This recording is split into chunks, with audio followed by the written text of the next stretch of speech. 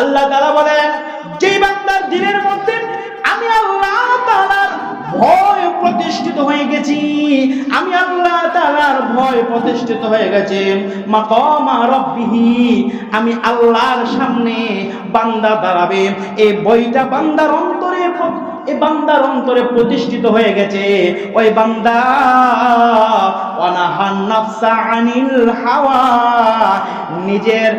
নিজের ইচ্ছাকৃতভাবে যে কোনো কাজ ওই বান্দাটা করতে পারে না। কেন? পৃথিবীর কেউ যদি না দেখে, আমার আল্লাহ আমাকে কি করেন? দেখেন, সেজন্য করতে পারে না, সেজন্য করতে পারে না। ভাই, এই যে আজকে জুমার দিন দেখেন মানুষের মুসলিমদের হালত, এটা যে আল্লাহর হুকুম, প্রত্যেকটা মুসলিম জানে, যাই নই আসে, এমন যে জানে না। 5 ওয়াক্ত নামাজ যে ফরজ জানে না, যাই নই না। কারণ কেন? আল্লাহর যে বইটা পরিপূর্ণভাবে প্রতিষ্ঠিত হয়নি, সেজন্য অন্তরে 100% দাবিত হয়নি, সেজন্য। আমার বন্ধুরা, যেই বান্দার ভিতরে আল্লাহ তাআলার ভয় স্বয়ং সম্পূর্ণ হয়ে গেছে, ওই বান্দার সামনে যদি অবৈধ কোনো মাল সে ইচ্ছা করলে নিতে পারে, তারপরও নেই না। কেননা আমি অল্প দিনের এই মাল নিয়ে অল্প দিনের জিন্দেগি সাজাবো, কিন্তু চিরস্থায়ী আমি ক্ষতিগ্রস্ত হয়ে যাব। সেই জন্য ওই বান্দা ওই মালের মধ্যে ধরে না। মন কিন্তু চায়, মন চায়, নেই না কেন? যে মালিক দেখে,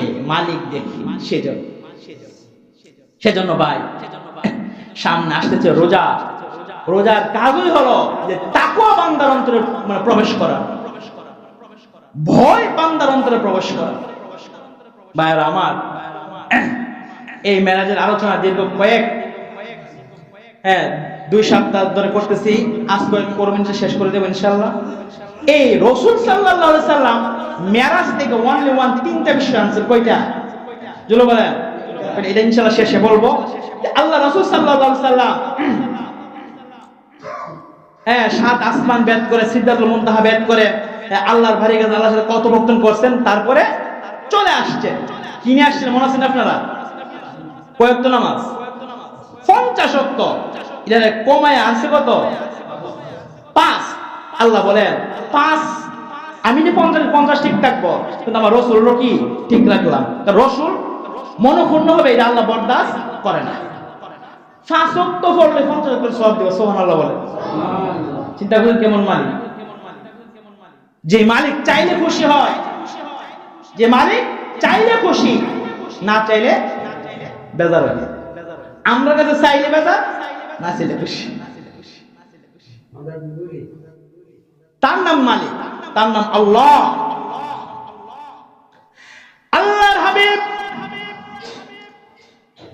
5 ওয়াক্ত নামাজ নিয়া যখন সপ্তম আকাশে আসলেন, ষষ্ঠ আকাশে আসলেন, প্রত্যেকজন পয়গাম্বর আল্লাহর পয়গাম্বরকে বিদায় দেওয়ার জন্য স্বাগতম জানাইয়া, মারহাবা জানাইয়া, ইস্তেকবাল জানাইয়া সমস্ত পয়গাম্বর গুলা বাইতুল মাকদিসের মধ্যে জমা হয়ে যায়।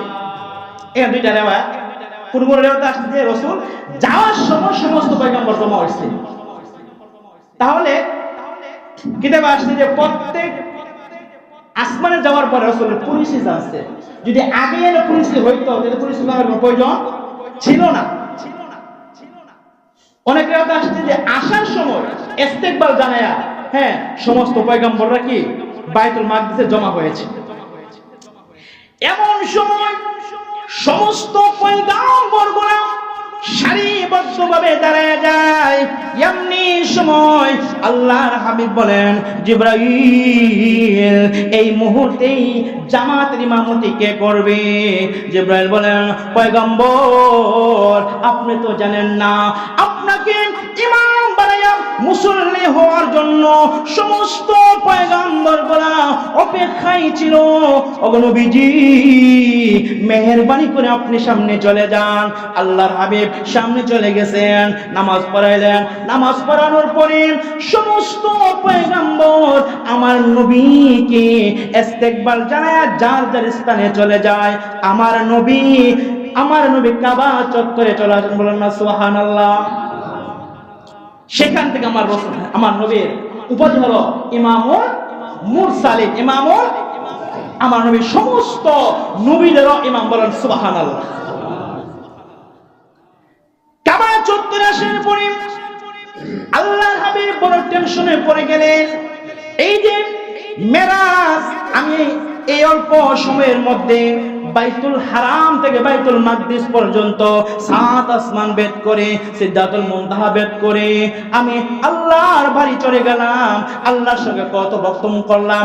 আবার আমি অল্প সময়ের ভিতরে আমার নির্দিষ্ট জায়গায় চলে আসলাম। এই কথাগুলো যখন আমি বলবো, ওই মানুষগুলা বিশ্বাস করবে না, আমাকে মিথ্যাবাদী বলে আখ্যা দেবে, নাউযুবিল্লাহ। ভাবতে ছিলেন আর এমনি করে আবু জাহেল মোহাম্মদ ভাতিজা, আজকে কোনো আপডেট, কোনো সংবাদ আসেনি, কটুভাবে বলছে আর কি, কত সময় বলো আজকে কোনো আপডেট সংবাদ নেই। রাসূল বলে, চাচা আজকে একটা খুবই স্পেশাল গুরুত্বপূর্ণ খবর আছে, সুবহানাল্লাহ বলে। এমনি করে আল্লাহর হাবিব বলেন, ওগো চাচা, আমি রাতের অল্প সময়ের ভিতরে বাইতুল হারাম থেকে বাইতুল মাকদিস 7 আসমান ভেদ করে আল্লাহর বাড়ি গেলাম। আল্লাহর সঙ্গে কথা বলে আবার ওই 7 আসমানের নিচে নাইমা বাইতুল মাকদিস থেকে আমি আবার এই বাইতুল্লাহ চলে আসলাম। আবু জাহেল কিটা কইতা, আবু জাহেল আচ্ছা আমার লোকে যে কইছে কথাটা দেখি আরো মানুষ আনলে এটা কই তার বানি ইনশাআল্লাহ। আবু জাহেল সমস্ত কওমের লোকগুলাকে দায়িত্ব একত্র করছেন, আইনা গো মুহাম্মদ, আমার সঙ্গে যে বক্তব্যটা দিয়েছিলা এখন তাদের সামনে সেটা বন্ধুরা আমার, আল্লাহর হাবিব ওই কওমের লোকগুলার সামনে আবু জেহেলের সাথে যেইভাবে বলেছিল আল্লাহর হাবিব সুন্দর শাব্দিক ভাবে তাদের সামনে বর্ণনা করলেন। এর মধ্যে কয়েকটা দল হয়ে গেল, কিছু লোক নতুন মুসলমান হয়েছে, এটা বা মুসলমান থেকে হারিয়ে হয়ে গেছে, মুসলমান চলে গেছে, এই কথা শুই না, এটা কি দেখো। এমন ভাবে আরেকটা দল দৌড়ায় আবু বকর সিদ্দিকের কাছে গিয়ে বলেন, আবু বকর শুনছনি কি, তুমি যারে মহব্বত করো, যার কথা বিশ্বাস করো, সে নাকি রাতের অল্প সময়ে 7 আসমান ভেদ করে বাইতুল মুকাদ্দাস গেছে, 7 আসমান ভেদ করে আল্লাহর বাড়ি গেছে, আবার অল্প সময়ের ভিতরে ফিরে আসছে। বিশ্বাস করো, ও করি মানে এর চেয়েও আরো বড় কিছু যদি হইতো সেটাও আমি বিশ্বাস করি, সুবহানাল্লাহ। আল্লাহর হাবিব বলেন, আবু বকর এখন থেকে তুমি আর আবু বকর না, এখন থেকে আমি রাসূল তোমার উপাধি দান করলাম সিদ্দিক, মানে বিশ্বাসী। সিদ্দিক মানে কি?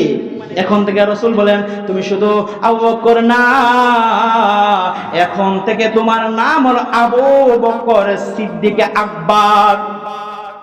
মানে সবচেয়ে আকবর মানে সবচেয়ে বড় বিশ্বাসী, বলেন না সুবহানাল্লাহ। এরপর রাসূল বললেন, কিছু লোক রাসূল আপনি যে বাইতুল মুকাদ্দাস গেছেন, এটা কোনছেন বাইতুল মুকাদ্দাসে কয়টা জানালা আছে, কয়টা লাইট আছে, কয়টা ফ্যান আছে, কয়টা জানালার কয়টা শিক আছে, এটা কোনছেন, এটা কোন কথা? আচ্ছা আমরা যে ঘরে বসবাস করি কয়টার বিনা আপনি জানালার মধ্যে কয়টা শিক দিছে, সঠিকটা কইতে পারতাম না। যেখানে আমাদের মসজিদে কয়টা শিক আছে এটা কইতে পারতাম না। আল্লাহর হাবিব সিজদায় পড়ে গেলেন, ওগো মালিক, আমি তো বাইতুল মাকদিসে দরজা জানালা গনার জন্য যাই নাই প্রভু গো, আমার ইজ্জত তোমার উপর হাওলা করে দিলাম। আল্লাহ রাব্বুল আলামিন জিবরাইলকে পাঠিয়ে দিলেন। জিবরাইল এসে বললেন, ইয়া রাসূলুল্লাহ, ইয়া হাবিবাল্লাহ, পয়গম্বর টেনশন করবেন না, মাথা ওঠান, আমি জিবরাইল বাইতুল মাকদিস আমার হাতের মধ্যে ধরলাম, আর আপনি দেখে দেখে বলে দেন সুবহানাল্লাহ। পুরা পৃথিবী জিবরাইল যদি হাতে নিয়ে আসার মারতে পারে, আর বাইতুল মাকদিস কত বড়। এভাবে ধরছে, রাসূল দিকে দিকে বলতেছেন, যেমন দেয়া দিকে দিকে কইতাছে, আসলে দিকে কইতাছেন না। এখানে অনেক লোক ছিল যারা কি আর পূর্বে বাইতুল মাকদিস গিয়েছিল, তারা কিন্তু যা কইতো সব সত্য। সুবহানাল্লাহ কোন শুধু টানা আল্লাহর হাবিব বলেন, আমি যখন বাইতুল মাকদিস থেকে বাইতুল হারামের মধ্যে আসতেছিলাম, আমি দেখি অনেকগুলা কাফেলা ব্যবসার কাজে নিয়োজিত হয়েছিল, আবার তারা ফিরে আসতেছে। এগুলো আমি দেখাইছি। বুধবার সূর্য ডোবার আগে এমন একটা কাফেলা ফিরবে, রাসূল কইলেছেন আর কি, খেলাদার কি বুধবার আইডা করে কয়ে ফেলেছে। আল্লাহ, আবু জাইল্লা এখন তো কোনো চান্স পাইছে না। কত বড় নাদান যে, হে আল্লাহু আকবার। আমি যদি কোনো সময় মানে উমরা করতাম, যাইতাম আর কি, পেশাব না ধরলে আমি 3বার পেশাব বাড়া করে দিলাম, 2 পেশাব নাও ধরেন।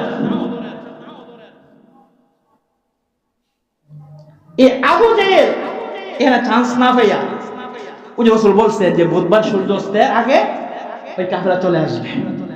রাসূল বললেন, শুধু তা না, আমি তাদের একটা পেয়ালার মধ্যে পানি ছিল, সেই পানিটা আমি খেয়ে ফেলছি, খায়া আবার এটা কি ডাইকা দিয়ে আসছি। সুবহানাল্লাহ। এমন সময় একটা কাফেলা চলে আসলো, যে কাফেলার পানি রাসূল পান করেছিলেন।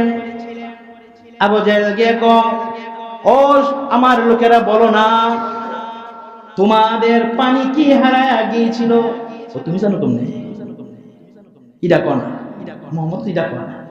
পাশের লোকগুলো বলল, আব্দুল্লাহর বেটা মুহাম্মদ বলেছেন যে হ্যাঁ তোমাদের পানি হারায় গেছে, সে পান করেছে, পান কইরা আবার ওই পেরাটা ডাকাটা ডাকে আসছে। ও হ্যাঁ, সত্য কথা। ওই কাফেলার অনেকগুলো লোক মুসলমান হয়েছে। সুবহানাল্লাহ বলে। এবার অপেক্ষা কোনটা, যে সূর্য ডুবার আগে যে একটা কাফেলা আসবে। আল্লাহু আকবার। সূর্য ডুবে যাচ্ছে, কিন্তু কাফেলা এখন আসতেছে না। একটা দেখেন একটু ডিপ কালার হয়ে যাবে সূর্যটা, এবারে মানে ডুবে জায়গা এমন কালার হয়ে গেছে, এমন কিন্তু কাফেলা। আবু জাহেল মনে মনে খুশি, তার সঙ্গ ফাঙ্গ চেহারা খুব খুশি, আজকে মুহাম্মদের দরবার।